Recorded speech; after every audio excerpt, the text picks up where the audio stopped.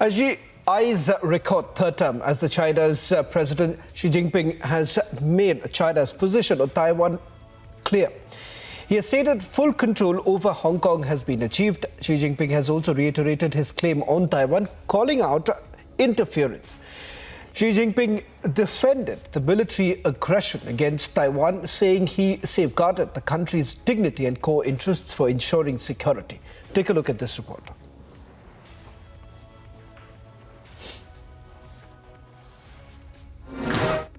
In response to separatist activities aimed at Taiwan independence and gross provocations of external interference in Taiwan affairs, we have resolutely fought against separatism and counter-interference, demonstrating our resolve and ability to safeguard China's sovereignty and territorial integrity and to oppose Taiwan independence.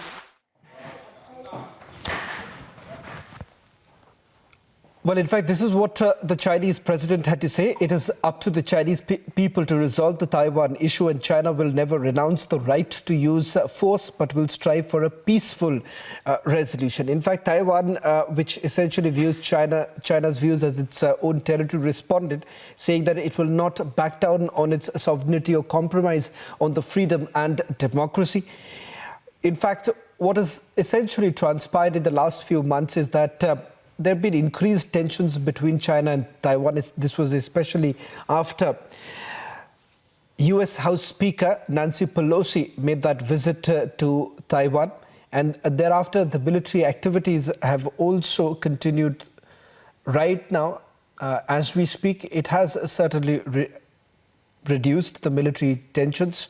But this is part of that opening speech that has been made during the Communist Party's 20th Party Congress, in which once again Xi says that China always respected, cared for and essentially benefited.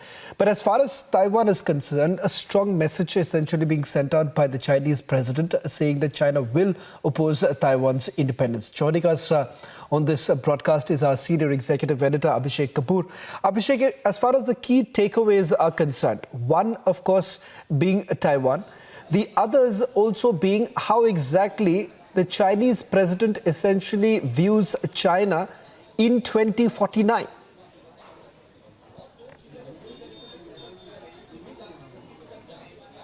Well, absolutely, Shawan. But, you know, we have to, so far as our own interests go, we have to be more concerned. We have to be more careful at deciphering meaning that is coming out of the choice of words of Xi Jinping. So I think our strategic community would be really concerned today with the use of three words in Xi Jinping's speech, which was that not abundant use of force. Actually, not 5 words. What this means is that China, in aid of its strategic, geopolitical objectives, is going to use force as a legitimate tool. We have seen them doing that in Ladakh in 2020, and the standoff continues.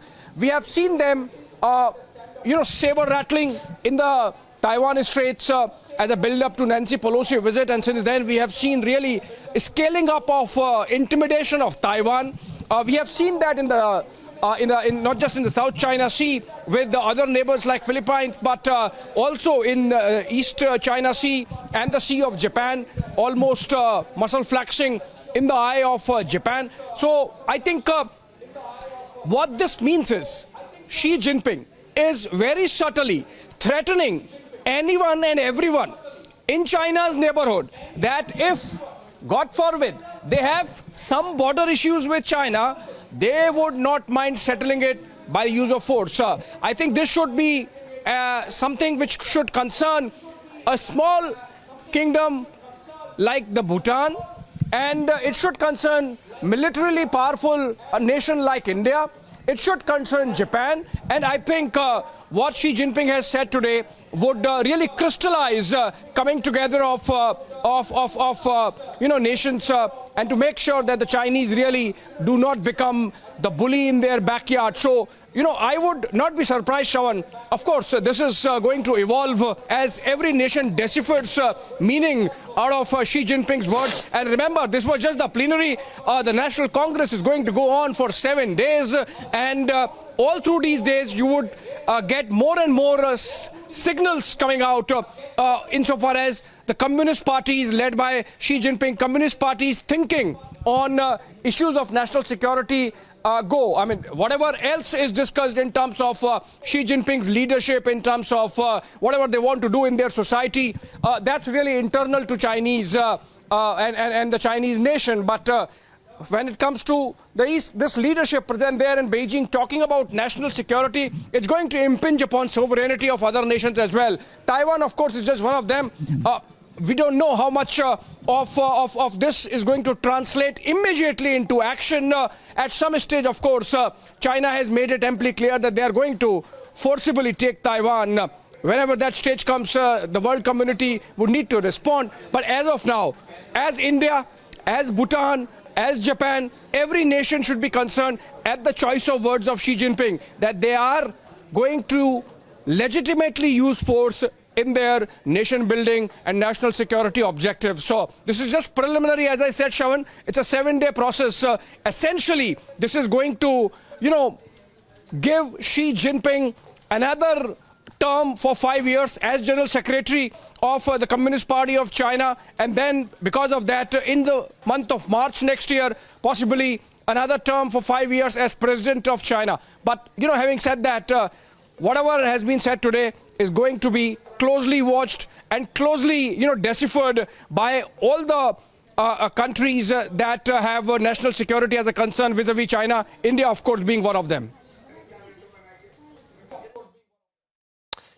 Well, in fact, what's even more worrisome is the kind of response that has really come in as far as Hong Kong is concerned. The Chinese president literally admitted that they've managed to crush any kind of opposition while sugarcoating this. How do you essentially witness that? Because remember the kind of opposition that the Chinese authorities had to face coming in from Hong Kong. Do you believe that there is a high possibility that, if at all, the same is actually repeated in other countries?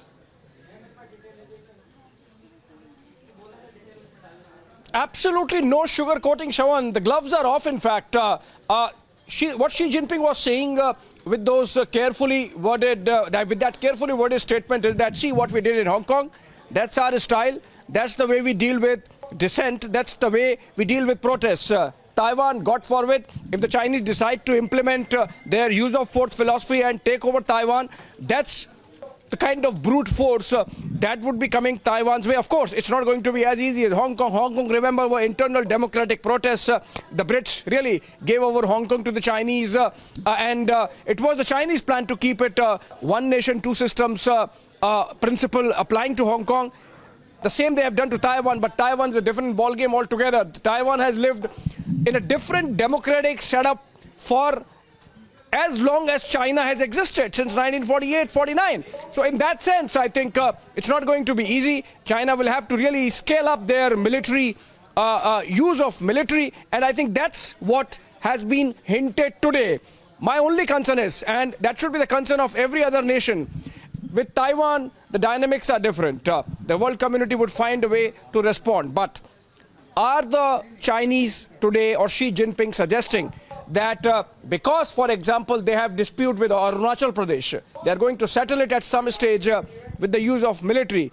And that's where I think the Indian strategic community would perhaps be closely watching those words and, in fact, going back to the drawing board to re-strategize and design our own response in the light of this new projection of a new philosophy that Xi Jinping has done today, Shravan. Well, thank you very much, Abhishek, for putting this into perspective, a story that we'll be tracking very closely.